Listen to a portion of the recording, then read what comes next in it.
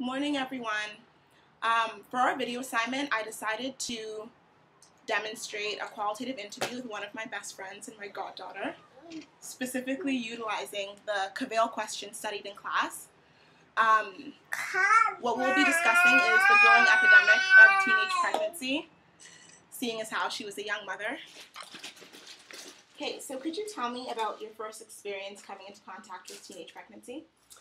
Well, my first experience with teenage pregnancy happened when I was 19 years old. That's the age when I had my daughter, and it was just a very difficult phase in my life. I just went through a lot of struggles. So the first question I asked Mina was what Kvale calls an introducing question.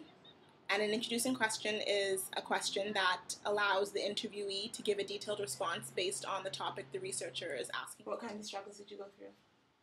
Well, growing up, I lived a very sheltered life, so I was all about the school and not really chilling after school with friends, and I received minimal education about sex, so I felt like, curiosity paved my way about learning about sex. So when I asked Mina about her teenage pregnancy, she mentioned struggle. So I followed up by asking what type of struggle.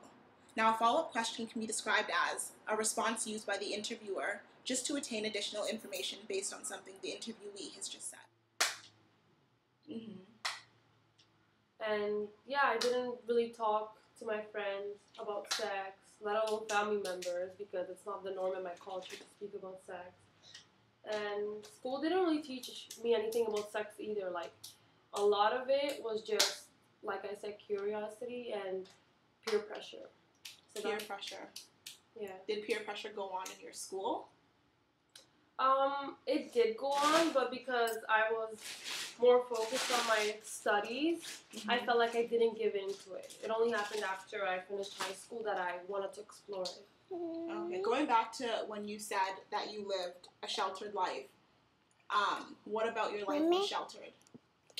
Well, my dad is a really strict person, Rosie, so our family's not the type of family where we can speak openly about sex Right. And I had a lot of, nerd friends because I was all about the school.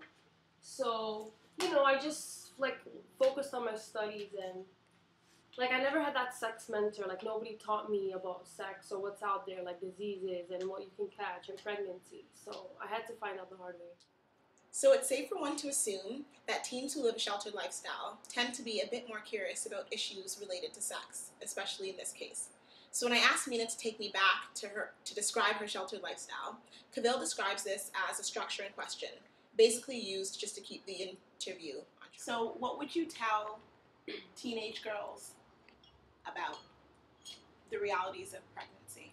I would definitely tell teenage girls to consult with a parent, or if you're not maybe on the best terms with your parent, but just, designate a person and a close friend and just be honest with them and be open and don't be afraid to talk about sex and your sexual encounters and if you have a crush on this guy, because you need somebody to talk to.